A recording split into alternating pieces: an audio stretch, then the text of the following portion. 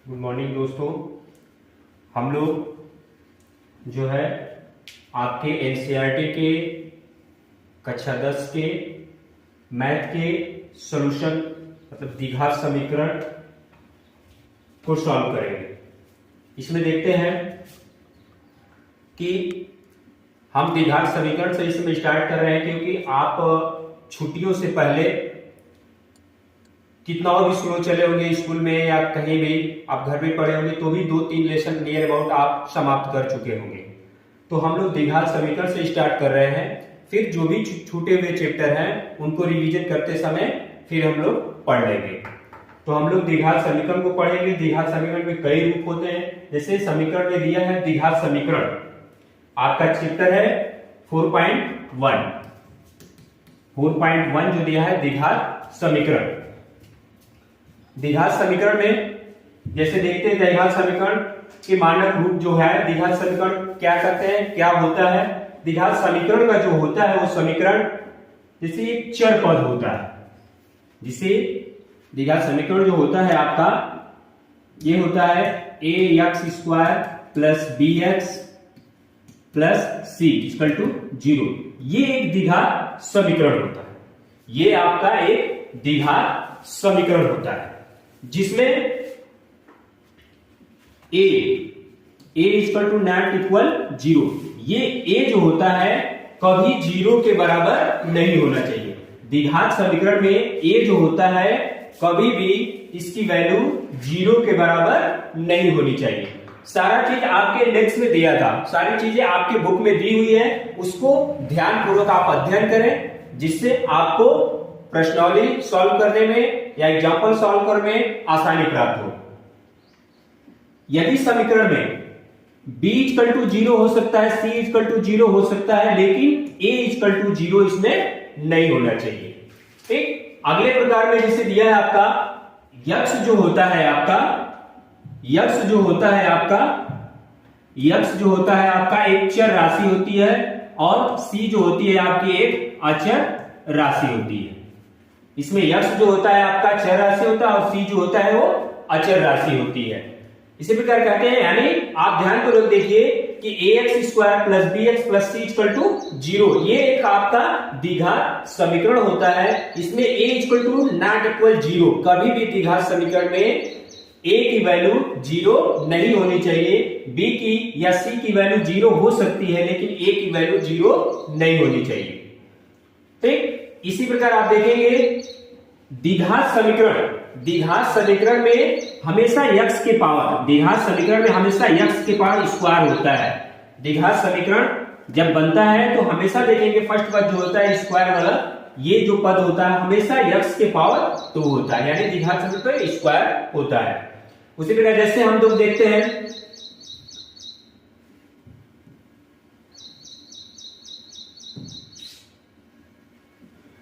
जैसे आप देखेंगे 5x² plus 5x plus 10 equal to 0, ये क्या है द्विघात समीकरण है। यहां पे a की वैल्यू क्या है 5 है, यहां पे a की वैल्यू क्या है 5 है, b की वैल्यू क्या है 5 है और c की वैल्यू क्या है 10 है।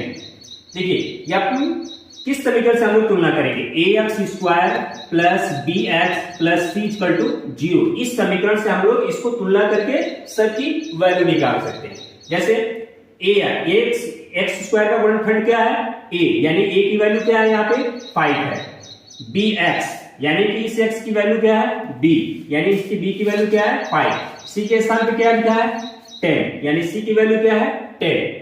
इस प्रकार हमें 5x² प्लस 5x प्लस 10 के मतलब द्विघात समीकरण होने का प्रतीत होता है कि इसमें जो है a की वैल्यू 0 नहीं है और x के पावर 2 है।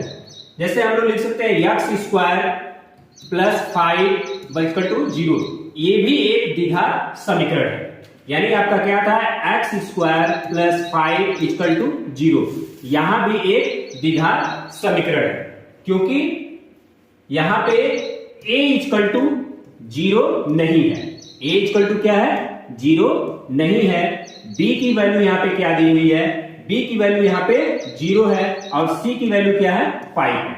यानी हम पहले बता चुके हैं कि बी की या सी की वैल्यू 0 हो सकती है, लेकिन ए की वैल्यू 0 नहीं होनी चाहिए। बी की वैल्यू 0 हो गई। या आप ऐसा समीकरण बना सकते हैं, द्विघात समीकरण जो होता है आप ऐसे बना सकते हैं, x square plus 5x equal to 0। ये भी क्या हो जाएगा, आपका द्विघात समीकरण हो जाएगा। X square plus 5x equal to 0, ठीक है, क्योंकि यहां पे c की वैल्यू क्या है, वो 0 हो गई। यहां पे c की वैल्यू क्या हो गई, 0 हो गई। उसी प्रकार अगले क्रम में देखिए, जैसे x एक चर राशि है, इसमें द्विघात समीकरण ax square plus bx equal to c equal to 0, जहां a b c वास्तविक संख्या है, जहां a b c जो है वो क्या है, वास्तविक संख्या है। a equal to not equal 0, a equal to not equal 0, आपको पहले बताया गया है a equal to not equal 0। उसी प्रकार आपको दिया है एग्जाम्पल के रूप में, कह रहा है आप अपने बुक का एग्जाम्पल सॉल्व करेंगे, जिसमें दे रहा है, कह रहा है कि जान और जीवंती दोनों के पास कुल मिलाकर 45 कंचे हैं। दोनों के पास कुल मिलाकर के 45 कंचे हैं। इनको कह रहा है कि स्थितियों को गणितीय रूप में व्यक्त करना है, द्विघात समीकरण के गणितीय रूप में व्यक्त करना है। 45 कंचे हैं, दोनों 5-5 कंचे खो देते हैं। दोनों लोग क्या करते हैं, 5-5 कंचे खो देते हैं। और अब जान और जीवन जो दोनों होते हैं वो 5-5 कंचे खो देते हैं। और अब उनके पास कंचों की संख्या का गुणनफल 124 है।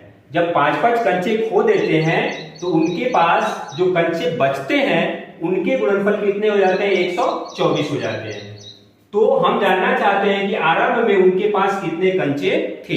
ये आपसे एग्जाम्पल के रूप में आपसे क्वेश्चन पूछ रहा है, तो हम लोग उसको सॉल्व करेंगे।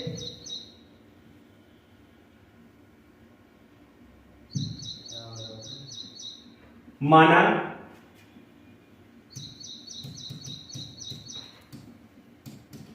जान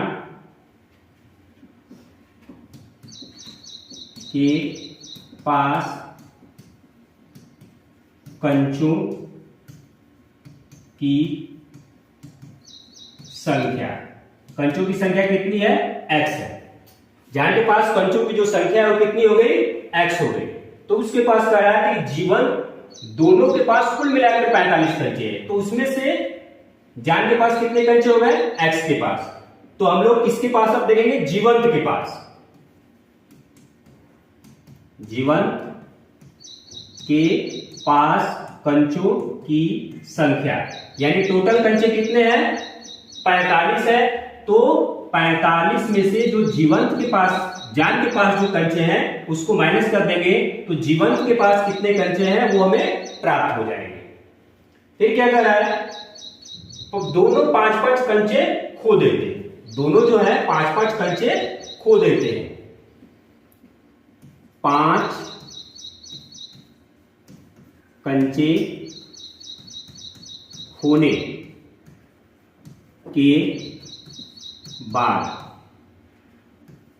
जान के पास कंचों की संख्या कितनी हो जाएगी, x माइनस 5, क्योंकि टोटल पहले उसके पास x थी, अब उसने क्या किया, 5 कंचे खो दिए, यानी उसमें से 5 कंचे कम हो जाएंगे। 5 कंचे इसमें से कम हो गए। अब उसी तरह जीवंत के पास निकालेंगे।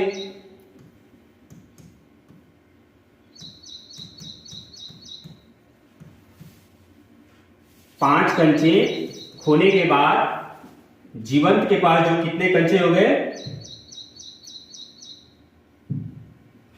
5 कंचे खोने के बाद जीवंत के पास कंचों की संख्या, ये भी क्या करेगा, 5 कंचे अपना जीवंत भी अपने 5 कंचे क्या करता है, खो देता है। यानी कि इसके पास कितने हो गए, 45 माइनस x, इसका भी क्या होगा, 5 कंचे खो गए। ठीक है, तब इसके पास कुल कितने कंचे हो जाएंगे, यानी 45 में से ये 5 घट जाएगा, तो कितने हो जाएंगे 40 माइनस एक्स। ये हो गई आपके कंचों की संख्या। इसको सीधे सीधे आप रख लीजिए 45 माइनस एक्स माइनस 5। तो ये हो जाएगा सब्ट्रैक्ट होकर के 40 माइनस एक्स, यानी इनके पास कंचों की संख्या हो गई। अब कह रहा है उनके पास कंचों की संख्याओं का गुणनफल जो है 5 कंचे खोने के बाद जो उनके पास कंचे बच रहे हैं उसको खोने के बाद उनके कंचों की संख्याओं का गुणनफल 124 है। यानी कि खोने के बाद ये कंचे इसके बचे और इसके पास जीवांत के पास ये बचे, दोनों का गुणनफल, दोनों के कंचों का गुणनफल कितना हो जाएगा आपका x माइनस 5 इंटू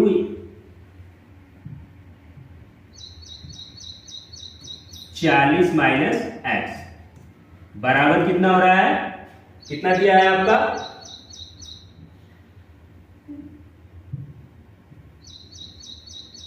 124 हो गए। ये हो गई इनके कंचों की संख्या। इसको कैलकुलेट करेंगे।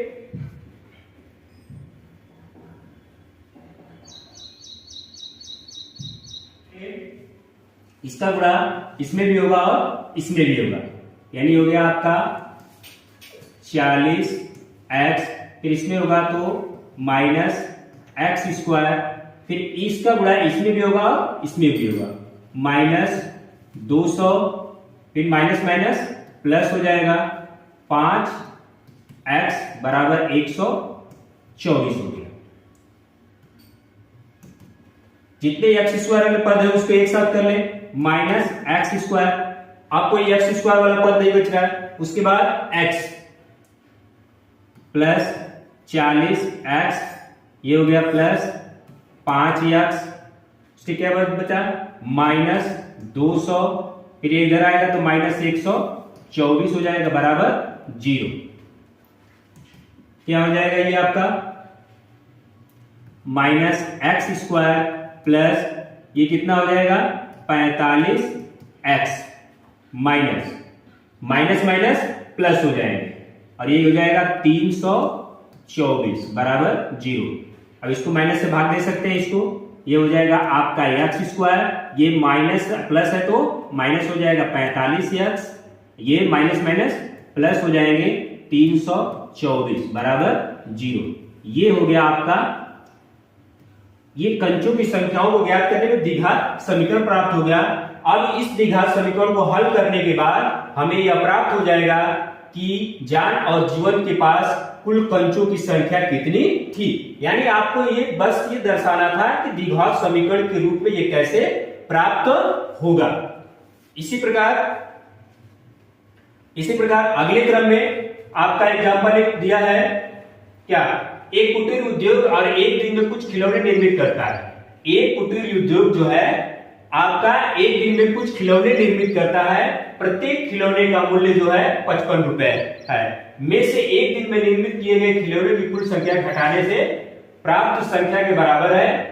किसी एक दिन की कुल निर्मित लागत 75,750 रुपए है, तो हम उस दिन निर्मित किए गए खिलौनों की संख्या ज्ञात कीजिए। सेम टू सेम इसी प्रकार उसको द्विघात समीकरण के रूप में जब बना देंगे तो हमें मालूम हो जाएगा कि एक दिन में निर्मित खिलौनों की संख्या जो है वो पूछा जा रहा है, वो हमें प्राप्त हो जाएगा। तो आप उसको निरंतर अभ्यास करें क्योंकि ये एग्जाम्पल ही है। आगे वाले क्वेश्चन में, आगे वाले एग्जाम्पल में आपका कह रहा है, दूसरे एग्जाम्पल में कह रहा है कि जांच कीजिए कि निम्न द्विघात समीकरण है या नहीं है। जांच कीजिए कि निम्न जो क्वेश्चन दिया है वो द्विघात समीकरण है या नहीं है। जैसे आपका पहला क्वेश्चन क्या है, x minus 2 square plus 1 equal to 2x minus 3। कह रहा है कि जांच कीजिए कि द्विघात समीकरण है या नहीं है। तो आपको ये एग्जाम्पल में दिया है, ये आपसे पूछ रहा है कि सभी को निर्धारित कीजिए कि ये सभी द्विघात समीकरण है या नहीं। ये समीकरणों को सबको हल करने के बाद, कैलकुलेशन करने के बाद ये चेक करना है कि ये द्विघात समीकरण है या नहीं है। एग्जाम्पल सॉल्व करने के बाद आपकी प्रश्नावली में जो भी क्वेश्चन होगा उनको भी हर एक क्वेश्चन को सॉल्व किया जाएगा, और एग्जाम्पल जब आप सॉल्व कर लेंगे तो आपको प्रश्नावली का क्वेश्चन करने में आसानी होगी। जितने भी रूल्स होंगे वो आपको समझ में आ जाएंगे। तो ये क्वेश्चन आपका दिया है क्या, पहला एग्जाम्पल x माइनस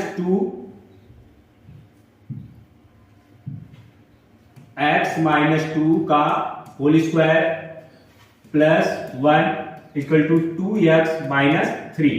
आपका पहला एग्जाम्पल दिया है जिसमें पूछ रहा है कि जांच कीजिए कि द्विघात समीकरण है या नहीं है। तो ये पहला क्वेश्चन था आपका, जांच कीजिए इनको। इसमें क्या करेंगे, A square A minus B के होल स्क्वायर के फार्मूला रहेगा, यानी A square plus B square minus 2ab, A square plus B square minus 2ab, यानी यहां से उसी फार्मूले में लगाएंगे तो x square plus 4 minus 2ab, यानी कि 2 दूना के 4 x हो जाएगा, क्योंकि दो फार्मूले का और इंटू 2 4 हो गया और x हो गया, plus 1 equal to 2x minus 3 हो गया। कैलकुलेट कर लीजिए इसको, एक्स स्क्वायर माइनस 4x, ये x इधर आएगा तो माइनस 2x हो जाएगा, फिर ये क्या है आपका प्लस 4 प्लस 1, ये इधर आएगा तो प्लस 3 हो जाएगा बराबर 0, यानी इससे हो जाएगा एक्स स्क्वायर, ये इनको ऐड करेंगे माइनस माइनस प्लस हो जाएगा माइनस 6x, ये हो गया आपका, और ये कितना हो जाएगा आपका प्लस 5 4 1 5 3 8 बराबर 0। ये आपका द्विघात समीकरण है। देखिए क्योंकि A X square plus B X plus C equal to 0, इस समीकरण को जो है वो निरूपित कर रहा है। एक्स स्क्वायर इस वाले पद भी है और ये पद भी है, यानी कि जो द्विघात समीकरण होता है A X square plus B X plus C के अनुरूप ये जो समीकरण आपका बन रहा है, इक्वेशन, जो ये इक्वेशन है आपका, ये इसके बराबर समतुल्य बन रहा है। इस प्रकार यानी ये जो है एक द्विघात समीकरण है, ये द्विघात समीकरण एक है। उसी प्रकार दूसरे क्वेश्चन को आप देखेंगे, दूसरा एग्जांपल आपका क्या दिया है, दूसरा एग्जांपल है आपका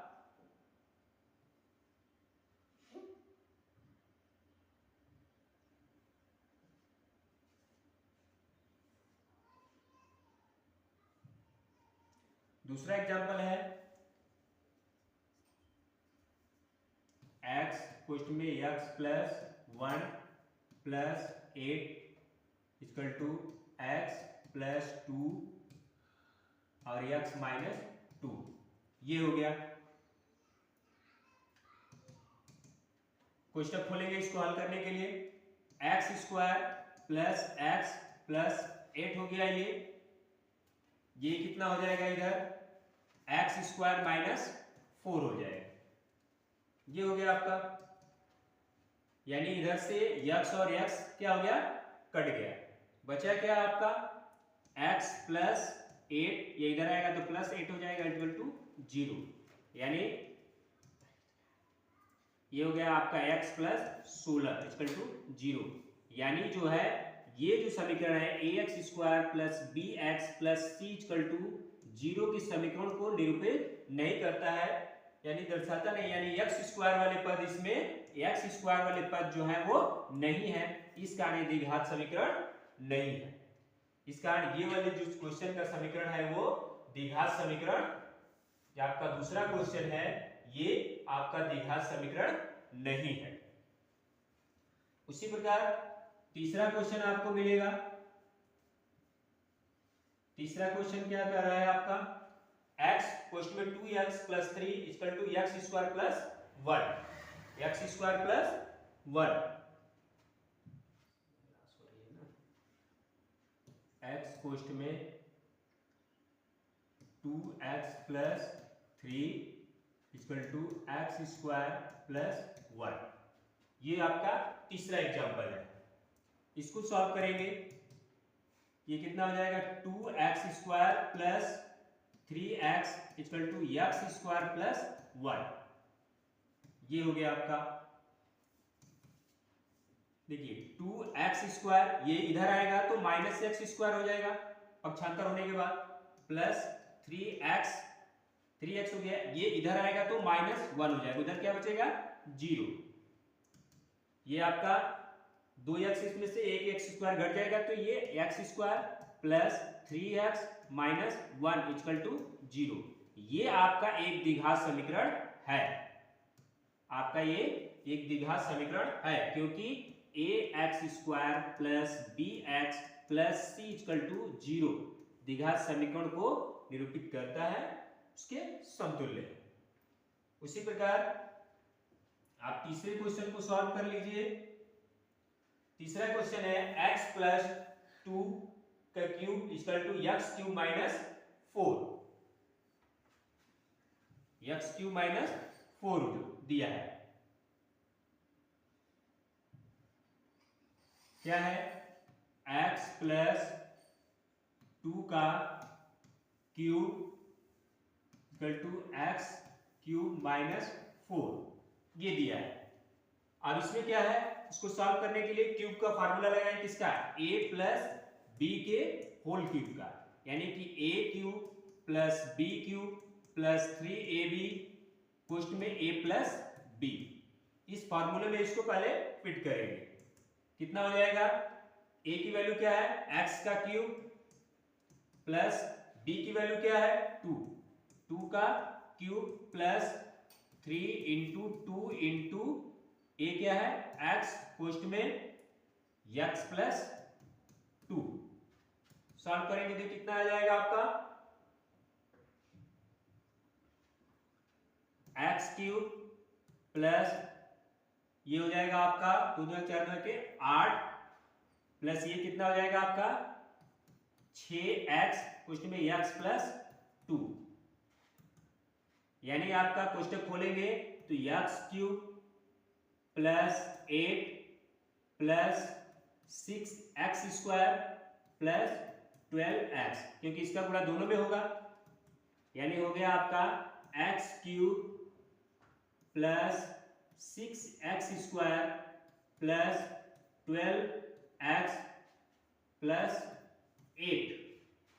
x³ ये वाले पद हो गए, 6x² ये भी पद हो गया, 12x ये भी पद हो गया और ये 8 हो गया। आपका ये जो बचा हुआ पद है यानी कि बराबर x³ माइनस 4, इसको ले लेंगे। देखिए x³ से x³ कट गया, बचा क्या आपके पास 6x² प्लस 12x माइनस 8, ये इधर आ जाएगा तो ये सॉरी प्लस है, ये इधर आएगा तो प्लस 4 हो जाएगा बराबर 0, यानी 6x² प्लस 12x प्लस 12 बराबर 0।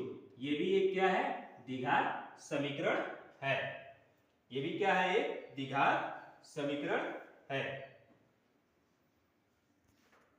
तो हम लोग अभी प्रश्नावलियों मतलब एग्जाम्पल को हम लोगों ने हल किया। अब द्विघात समीकरण की जो 4.1 की आपकी प्रश्नावली जो क्वेश्चन है हम उनको सॉल्व करेंगे।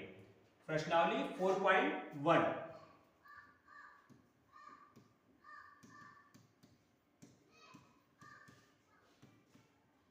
प्रश्नावली 4.1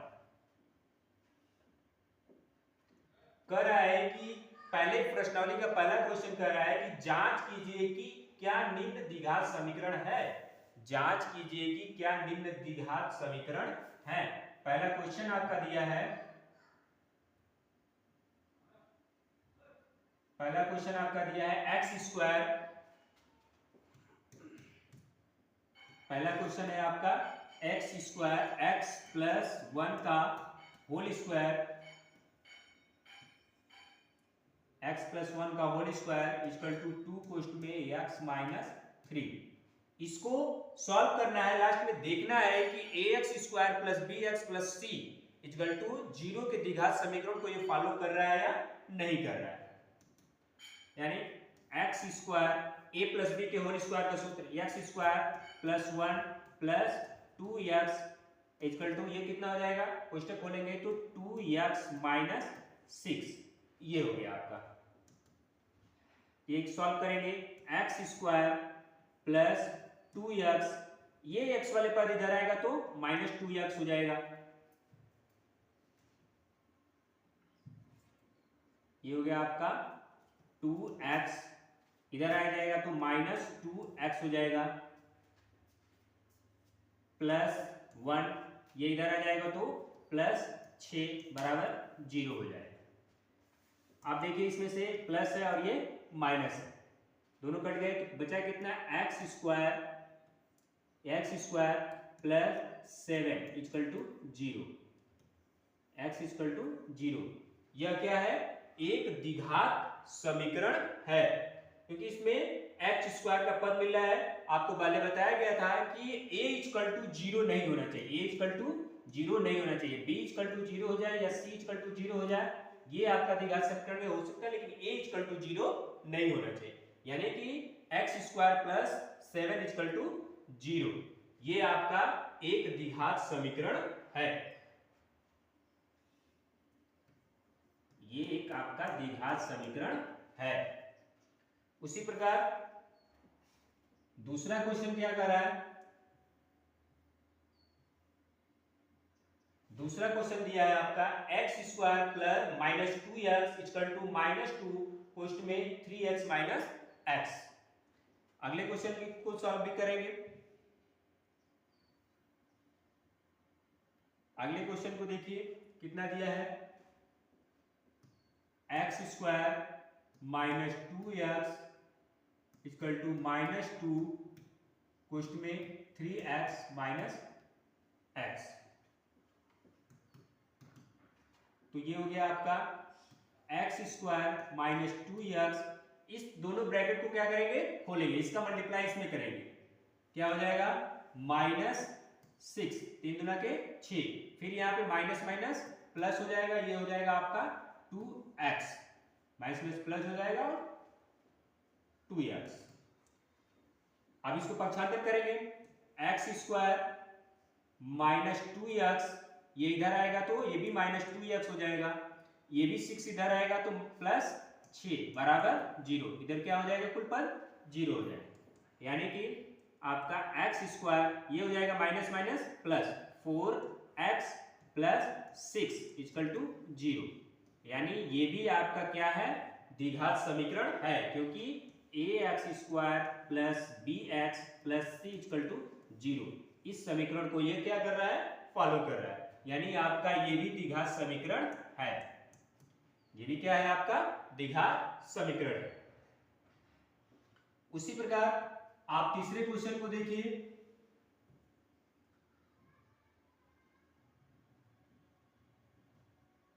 तीसरा क्वेश्चन क्या आपका कर रहा है,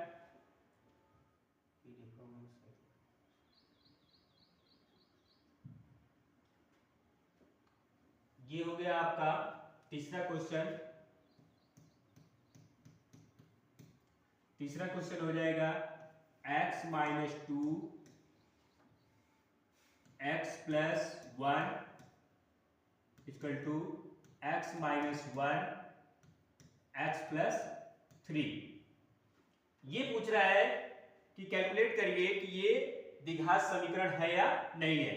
तो इन दोनों का आपस में गुणा करेंगे, पहले इसका गुणा इसमें होगा तो ये हो गया आपका एक्स स्क्वायर, क्योंकि इसका गुणा इसमें भी होगा और इसमें भी होगा, एक्स स्क्वायर प्लस एक्स हो गया, फिर इसका गुणा इसमें भी होगा और इसमें भी होगा, तो माइनस 2x और ये माइनस 2, ये आपका आ गया इतना बराबर, इसका गुणा अब इसमें करेंगे, इसका गुणा जब इसमें होगा तो एक्स स्क्वायर प्लस 3x ये हो गया, फिर इसका गुणा इसमें होगा तो माइनस x माइनस 3 हो जाएगा।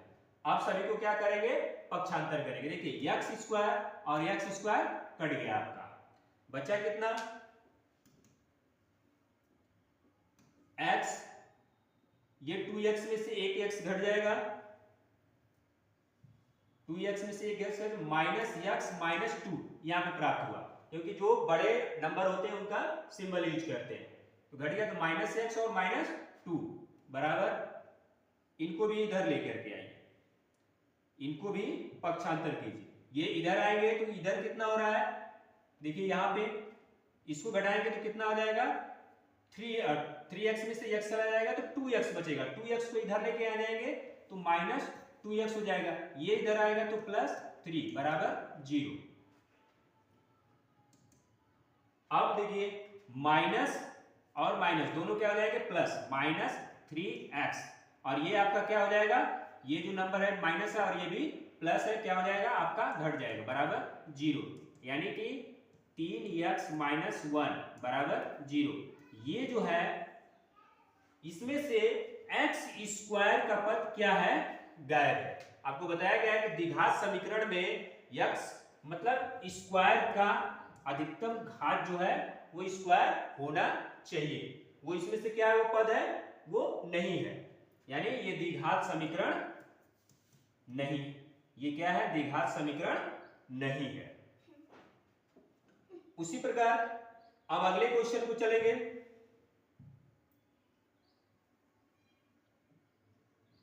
अगले क्वेश्चन में क्या कर रहा है, चौथा क्वेश्चन आपका, चौथा क्वेश्चन क्या कर रहा है, x - 3, अगले क्वेश्चन में 2x + 1 = x + 5। चौथे क्वेश्चन को हम लोग नोट करेंगे। चौथा क्वेश्चन है x - 3 2x + 1 = x कोष्ठ में x + 5। इसका गुणा इसमें भी होगा और इसमें भी होगा, यानी कि 2x², फिर इसमें करेंगे तो +x हो गया, फिर इसका गुणा इसमें करेंगे तो -6x, फिर इसका गुणा इसमें करेंगे तो -3 = ये कितना हो जाएगा, x² + 5x हो गया। कैलकुलेट करिए, 2x², ये देखिए आपका घट जाएगा, प्लस है और माइनस है तो कितना हो जाएगा, -5x - 3, ये हो गया आपका x² + 5x। आपको एक एक स्टेप कैलकुलेट करके बताया गया ताकि आप अच्छे ढंग से उसको समझ सके और समझ करके अपने क्वेश्चनों को प्रैक्टिस करें, निरंतर अभ्यास करेंगे तो आपके क्वेश्चन अच्छे ढंग से तैयार हो जाएंगे। और फिर आपको स्टेप बाय स्टेप लगाने की जरूरत नहीं है, कुछ स्टेप आप क्रॉस भी करते हैं तो भी आपके कैलकुलेशन में कोई फॉल्ट नहीं होगा। ये इधर आ जाएगा 2x², ये इधर आ जाएगा तो -x² हो जाएगा, ये हो गया आपका -5x, ये भी आ जाएगा तो -5x हो जाएगा, और ये -3, उधर क्या हो गया आपका 0 बच गया। अब ये घट जाएगा आपका 2x² में से एक स्क्वायर घट जाएगा तो ये आपका x², ये हो जाएगा आपका माइनस माइनस प्लस 10x, ये हो जाएगा आपका -3 बराबर 0, यानी आपका ये समीकरण प्राप्त हुआ, यानी कि ax² + bx + c = 0। इस समीकरण को ये फॉलो कर रहा है, यानी ये द्विघात समीकरण है। ये द्विघात समीकरण क्या है। इसी प्रकार हम लोग अगले क्लास में अन्य क्वेश्चनों को आपको सॉल्व करेंगे। आप भी निरंतर अपना अभ्यास करिए ताकि अधिक से अधिक क्वेश्चन आप सॉल्व कर सके। तो हम लोग आपको प्रश्नावली या एग्जाम्पल के सभी क्वेश्चनों को सॉल्व करके हर एक प्रश्नावली और हर एक चैप्टर के हर एक क्वेश्चन को हम लोग सॉल्व करेंगे। कुछ जो एक प्रकार के क्वेश्चन होंगे उसको हम लोग छोड़ेंगे ताकि आप भी अपने से प्रयास करेंगे तो उसमें कैलकुलेशन में निखार आती जाएगी और गलत होने के चांसेस कम होते जाएंगे।